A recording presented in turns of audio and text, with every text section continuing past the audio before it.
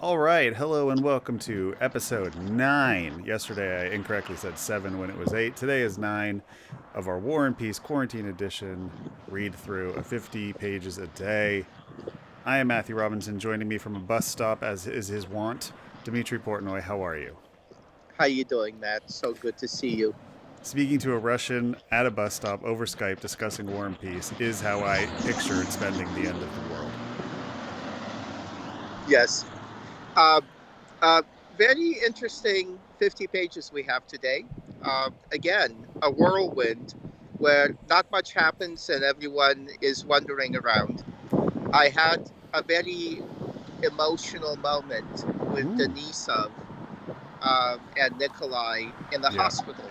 yeah, Uh, awful. if you if you remember, Denisov is being prosecuted in a criminal case and writes a letter where he expresses how unjust he feels the case is. That takes about an hour for Nikolai to read. Yeah, And when I was working as a lawyer, this reminded me I read many letters like that and saw many people in Denisov's position who may have done something a little bit wrong in the past or maybe even procedurally incorrect and were now treated for it very harshly and yeah. prosecuted for it very harshly. And they were so consumed with their own feelings of injustice and very often sick and unhealthy. And this is a very specific element of the human condition that I faced every day, and these pages brought that in a way I did not expect. Yeah, well, it's our first real nightmare scene that we see, a genuine nightmare of rotting limbs and the smell of human flesh and death and illness. Unlike anything that we saw even on the battlefield, I mean, this is true horror and gore, and to the point where Nikolai can barely even stand to be there. And Yes. we get Nikolai's coming full circle with his disillusionment and the end of his hero worship of the Emperor when he finds himself a witness to the post-peace proceedings between Napoleon and the sovereign, and Napoleon wants to give a medal to the bravest soldier, and nobody knows who that is, so they just pick some random guy in the crowd. And Nikolai has a existential moment of realizing how meaningless it all is. And while this random soldier is being given a medal, another is awaiting his fate, while another is rotting away in a hospital, and none of it means anything. And he no longer And, sees this beautiful emperor as his perfect goal and aspiration. and Nikolai again is helpless. He Yes. is as helpless in his friendship and in his position. He is as helpless to help his friend in peace as he was helpless to help his cause during wartime. Right. Uh, it really drives home his smallness and inability to do anything effectively. So I think the most important thing that happens here narratively is that we have the Treaty of Tilsit, which is, as Tolstoy spoils for us, that we are about to get 5 years of peace. Um, and anybody who would have been reading this in 1865 would have known that that peace would be fleeting, and they would have known exactly how long it lasted for. Um, but we do get some peace here, and time starts moving quickly as we start sort of rolling through the years, and we get all the way to 1810, where we remember we started in 1805. Um, and Andre is well. Quickly, we also met Boris, who's now a big shot, and he's in the inner world of the sovereign, and he's, the emperor even recognizes his face and would be surprised if he wasn't in big meetings, and he's now Boris is now hanging out with French soldiers, and Boris has found his fate's changed as well as he's moved to the top of the pyramid. Andre now Prince Andre is running his businesses and trying to save his father, who's been sort of taken into the military world again, but his father is sort of a useless fool that he worries is going to mess it up, so he tries to take it on himself and do this, do some military reformation, but finds it's very hard to do. And he is not enjoying government life at all, and to the point where it ends with him seeing this tree. And you'll notice a lot of major life changes always happen in Tolstoy in regards to nature, such as the sky, and now he sees this tree bereft of any flowers or leaves, an oak, yep. And he despairs for everything again, and we once again find him at his existential, nihilistic lowest. But then that night he hears, I think it's Sonia and Natasha discussing how they can't sleep because of the excitement of a beautiful spring night, and it reminds him of the hope he has in his heart. And the next day as he leaves, he once again sees the oak and of course notices that there are blossoms on the oak, and has a moment of hope being restored to him. And I think we can start seeing that the happiness of his future lies not in government work, but in nature and family and joy and life. Again, he's having another Republican moment. Yeah, exactly. Where, he thinks that he can be productive through that. Yeah. And he meets a government official that is a mysterious figure that maybe in parts prefigures the Mad Monk. He has mirror-like eyes and is very persuasive, and speaks of spirituality and shifts his arguments. And Andre, when talking to this mysterious government official who hires him, Is that Speransky? Is that who you're talking about? With Pierre, feels again helpless. Feels like the only thing he could do is repeat what the person is telling him, and can't even think of a counter argument. He's kind of like a Svengali figure, and he figures the Mad Monk. Sure. Is that Speransky that you're talking about, or is that somebody else? I forget.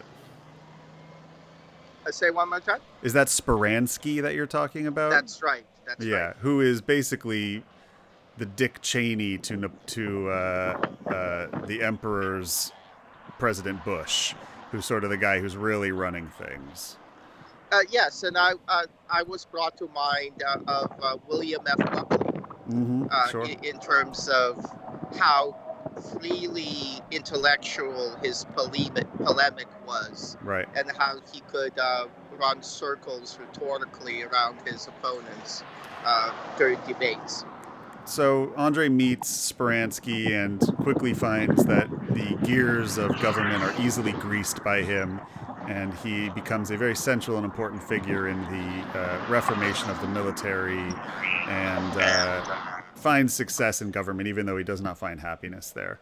Meanwhile, the other person who is also finding that his attempts to inflict his will on the world are not happening exactly as he anticipated is Pierre, who is sort of written his Jerry Maguire mission statement for the Freemasons, and upon reading it, finds it falls on deaf ears. Nobody cares. It was a waste of time. In fact, he might be, heading towards things better left to the Illuminati, which was, in our day and age, a silly conspiracy theory, but back then was actually an actual sect of pseudo-mysticism and religion founded by Adam Weishaupt that was not dissimilar to what a rational Enlightenment movement would have been, of science and a distrust of religion and pro-atheism.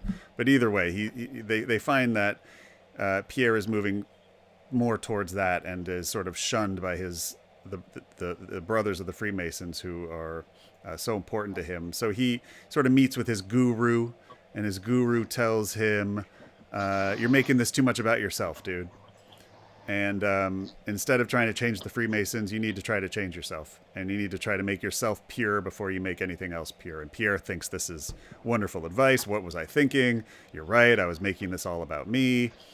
And just around that time is when his ex-wife comes calling and says, hey, maybe we should give this a go again. And it turns out that she is the toast of the town. And not just because of her beauty, which they say is unmatched. Even her name is Helen, but she's also one of the greatest minds of the time, and a wit. And men read books the night before and study up before going to her parties in order to meet with her because she's so intelligent and intimidating. And now she wants to get back with Pierre, who is wealthy and also intelligent. And I think we've got a real power couple on our hands. And ambassadors seek her counsel. Yes. And Pierre is seen as a clown of a husband, but a harmless clown. The perfect husband for a society salon figure like Hélène. A harmless eccentric, and someone who very quietly leaves the scene for everybody to carry on the conversation and admire her beauty. Your mic got a little quiet. If you can bring it a little closer to yourself. There we go. There we go. Much better. Then Pierre sort of transitions into letting us read his diary entries, which is a new narrative form in the novel that we haven't seen yet. And he mostly spends his time telling us about his overly sexualized dreams and the shame he has over having them. Yes.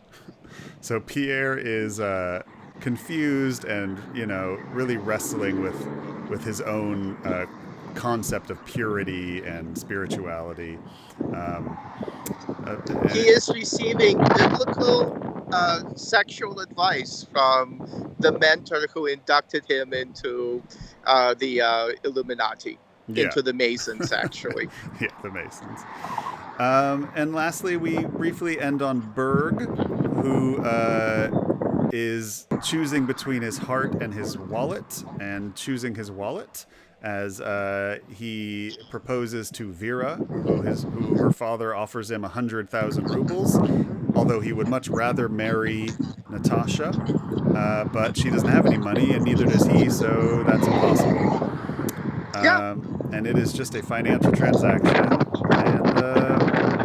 that's what's going on there. He talks up, as is one for someone so self-centered, his victories and brave deeds at the front, and manages to get a government position and a stipend and a whole bunch of medals for it. Yep.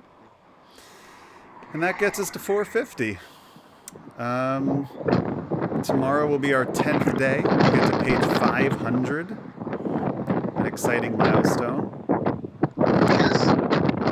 And I, as someone who knows a bunch of adaptations of the novel, I am eagerly anticipating the entry of the character who's going to change everything pretty soon. It's coming up very soon. All right, Dimitri. Well, I hope you have an enjoyable rest of your day in the wind tunnel of the real world. I hope some of what I said came through. I think we got it. I think we got it. But I love you, brother, and we will see you tomorrow. You too. See you tomorrow. Bye. Bye.